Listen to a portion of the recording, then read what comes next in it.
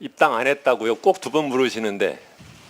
총선 정책 공약단 부단장으로 활동하지 않았습니까? 맞는데 입당은 안 했습니다. 그러면은 입당은 안 하고 총선 때 더불어민주당의 총선 정책 공약단으로 활동하셨다.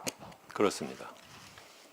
그 입당한 취지, 삼성 합병과 관련해서 더 연임을 못 받았다 이렇게 생각하시나요? 한 가지 여쭤보겠는데 이게 지금 국정농단 의혹 사건이랑 무슨 상관이 있습니까? 지금 의원이 질의를 하는 겁니다. 자, 정인 위원장님 연고를 정인 주세요. 참고인으로 채택되어져 가지고 저희는 이 자리에 온 참고인이기 때문에 만큼 꼭 대답할 필요도 없지만 물어보시면 충실하게 답변을 해 주십시오. 물어보시죠. 예. 자, 질의 계속하세요. 답변을 못 하시겠다면 못 하겠다고 얘기를 하세요. 그렇게 질문하시지 아니요, 질문 말고. 한번 다시 한번 들어보겠습니다. 그 물러나라고 하는 이유는 무엇이었습니까? 구체적으로 그 이유를 대면서 그 압박을 했습니까? 2차 보고서가 나가고 난 다음에 며칠 후에 삼성생명 당시 대표 이사였던 김현배 부회장께서 직접 그날 아침에 전화를 하시더니 급하게 오셔가지고 두 번째 보고서 나간 것 때문에 구조본에서 굉장히 기분이 격앙돼 있다. 이렇게 되면은 주사장이 물러나야 될 거다. 그래서 제가 먼저 사임할 일은 없으니 만약에 물러나게 하고 싶으면 법적인 절차대로 하십시오. 그렇게 얘기를 했습니다. 그런데 주식도 얼마 안 됐다면서 왜 하나에서는 이렇게 그 일에 대해서 예민하게 반응을 했을까요? 하나그룹에서는 이제 뭐 우리나라 그 재벌들이 다 그렇지만 기본적으로 일종의 이제 조직 폭력배들이 운영하는 방식과 똑같아서 일단 누구라도 한마디 말을 거역하면은 그거를 확실하게 응징을 해야 다른 사람들이 말을 따라간다고 생각하는 그런 논리가 있을 거라고 생각을 합니다. 그래서 이제 물러나야 할 이유를 한사코 말하지 않으면서도 이제 그 나갈 수도 있다라고 할 때 어떻게 하셨습니까? 김현배 부장께서 오시고 난 그 얘기가 했던 것이 이제 7월 초였는데, 그러고 나서 9월 초에 다시 금춘수 사장이 보자고 해서, 저한테 물러났으면 좋겠다. 그래서 그거는 못하겠다 했더니, 그러면은, 구조본의 재무팀장을 경영총괄 부사장으로 보낼 테니 당신은 임기 때까지 이 선으로 물러나 있어라. 그래서 그것도 제가 그렇게는 안 하겠다라고 얘기를 했습니다. 4월 8일 문화창조융합본부장으로 임명된 후에 5월 31일 그만두셨습니다. 해임되신 겁니까? 네, 형식적으로는 사임이었지만 실질적으로는 사직 명령이었으니까 해임입니다. 해임 통보는 누가 했습니까? 당시 김종덕 문화부 장관께서 하셨습니다. 해임 사유는 뭡니까? 해임 사유는 표면적으로는 게임물관리위원회 업무 폭증 때문에 되돌아가라라는 거였지만 정말 그것입니까? 라고 했더니 대통령께서 아침에 전화하셔서 내려보내라 라고 말씀하셨다고 전하셨습니다. 대통령께서 그렇게 지시하셨다는 말이에요? 예, 그렇게 말씀하셨습니다. 증인이 추측하는 해임 사유는 뭡니까? 당시에는 뭐 제가 그 직원들 사이에서 여기 계신 그 콘텐츠진흥원장으로부터 점령군처럼 신임 단장이 점령군처럼 굴어서 일을 못하겠다라는 말이 돈다.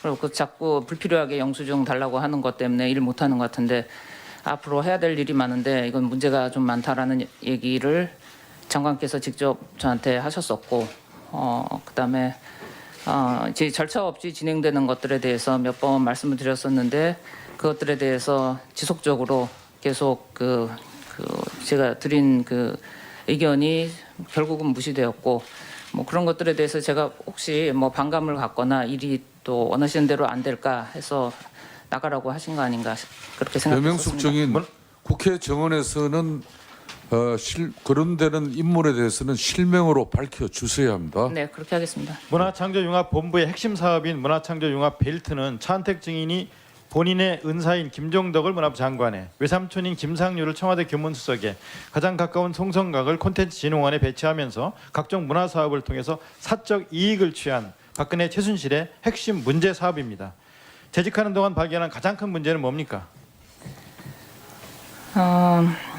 여러 가지를 들 수 있겠습니다만은 한마디로 말씀을 드리면 뭐 지금까지 언론에 보도된 내용을 이전에 혹시나 이런 게 아닐까 해서 염려했던 것을 요약해서 말씀을 올린다면 이게 합법 또는 그 시스템 적절한 시스템인 것처럼 가장해서 구조적으로 국고가 새어나가게 하고 그것을 방지하는 것을 합리화하는 것, 그것이 가장 문제였다고 생각합니다. 2016년 문화창조융합 벨트 사업 예산이 904억입니다. 그런데 합법을 가장한, 말하자면 불법으로 이렇게 사업이 진행됐다고 하는 건데 참 큰 문제라고 생각합니다. 이 부분에 대해서 예산 904억인 건 아셨습니까? 904억이 아닙니다. 제가 첫날 그 업무 보고 때 또 그다음에 장관님으로부터 업무 지시를 받을 때 갖고 있었던 페이퍼에는 총 1,300억입니다. 그리고 904억은 기금을 뺀 것으로 아는데 단장 포지션에서는 그 모든 거를 1,300억 전체를 총괄하는 것이었습니다. 이진식 부단장은 업무 보고 시에 차은택 감독이 명예 단장으로 계속 일하는 것으로는 내부적으로 다 알고 있는데요라고 했다는 이야기가 비망록 같은데 나오는데, 문화창조융합 벨트가 차은택 증인이 틀을 짜놓은 사업으로 보십니까? 저는 수시로 그렇게 들었습니다. 그래서 그걸 바꾸지 말라라는 명령을 장관님과 수석님으로부터도 들었었고, 그리고 직원들 역시 이거를 손댈 이유가 없는데 왜 자꾸 뭐 같은 질문 또 같은 문제에 대해서 같은 상황에 대해서 지속적인 그 문제 제기나 또 뭐 절차에 대해서 왜 자꾸 물어보느냐라는 반문을 받았습니다. 그러면은 차은택 증인이 본부장에서 물러난 뒤에도 명예단장으로서 모든 사업에 관여를 하고, 그리고 이렇게 사업에 관여하는 것은 어떤 특혜 때문이라고 보십니까? 저는 차은택 전임 단장을 한 번 미팅한 거 이외에 그 이후에는 융합벨트에서 본 적은 없었습니다만 직원들은 회의에 참석했다고 말했었고, 그다음에 제가 나간 후에도 거기 벨트에 와서 사업에 참석했었다고 들었었습니다. 어떤 혜택, 어떤 사적 이익을 취했다고 생각하십니까?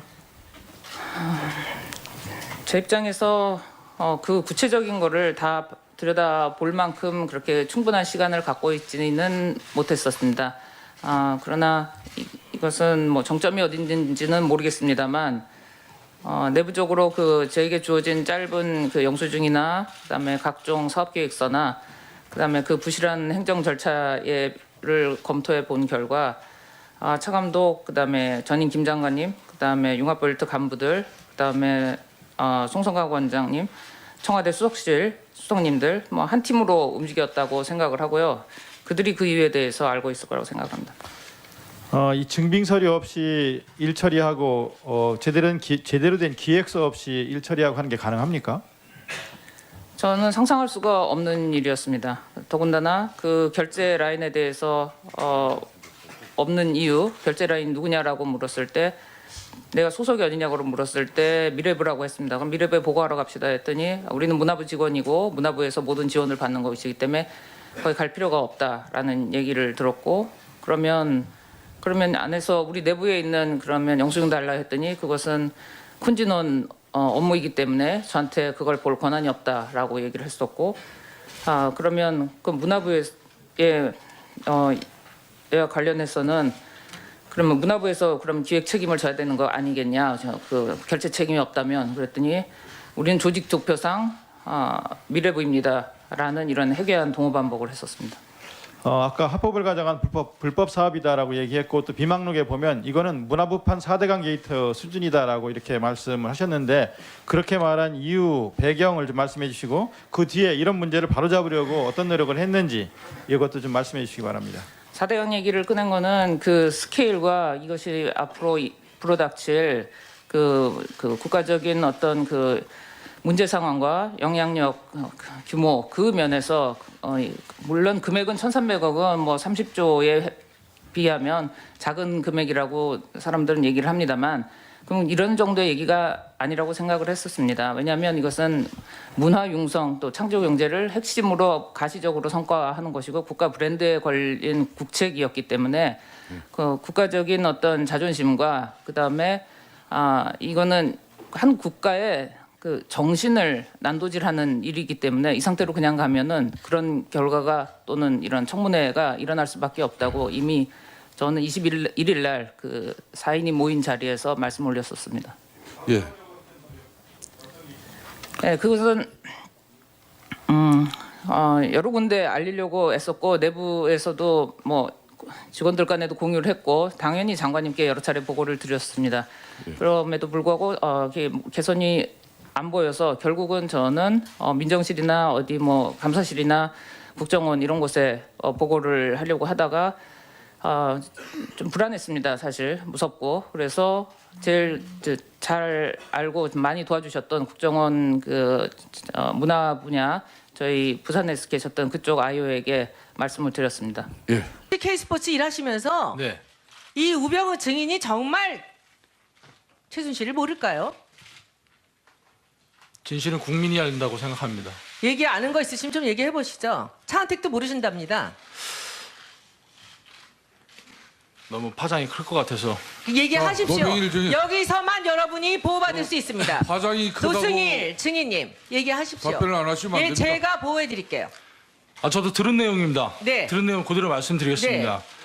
네. 차은택의 그 법조 조력자가 네. 김기동이라는 얘기를 들었습니다. 네. 그러면 김기동을 누가 소개시켰느냐? 우병우 수석이 소개시켜줬다고 네. 그렇게 전 들었습니다. 네. 들은 내용입니다. 이건. 그리고 그 차은택이라는 사람이 과시하기를 좋아합니다. 차은택의 이야기 중에 여러 번 나오는 게 우병우 수석이 봐준다고 했어. 우리 국조 동료 의원을 만난 것으로 알고 있는데 사실이죠? 예, 맞습니다. 특히 12월 9일에 여기 한강 넘어 있는 식당에서 만났죠? 12월 12월 12일, 8일, 12일, 8일하고 10일 예, 12일 2회에 만났죠. 걸쳐서 예, 예, 그렇습니다. 동료 국회의원 뭐 실명을 드리겠습니다. 박영석 의원님 만나셨죠? 예, 박영선 의원님 만났습니다. 그 몇 시에 도착해서 몇 시에 끝났습니까? 5시에 도착해서 거진 한 9시 좀 넘어서 끝난 걸로 기억하고 있습니다. 그러면 동료 의원이 5시간여 만났다고 했는데 적어도 4시간 이상 만났네요, 그죠? 예, 맞습니다. 그 무슨 얘기 나눴어요?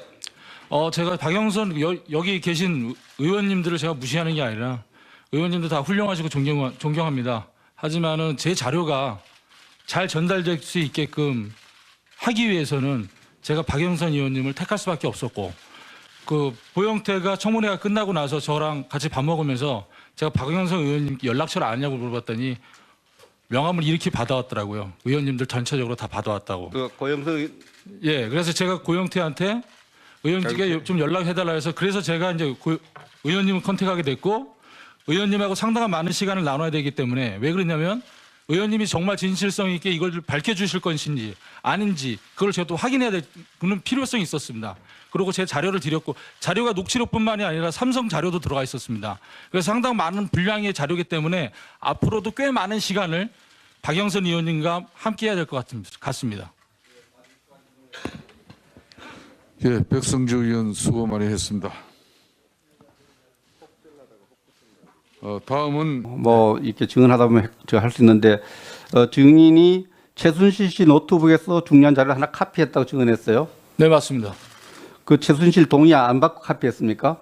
안 받았습니다. 동의 안 받고 남은 컴퓨터에서 카피하면 됩니까? 처벌받겠습니다. 예. 그래서 그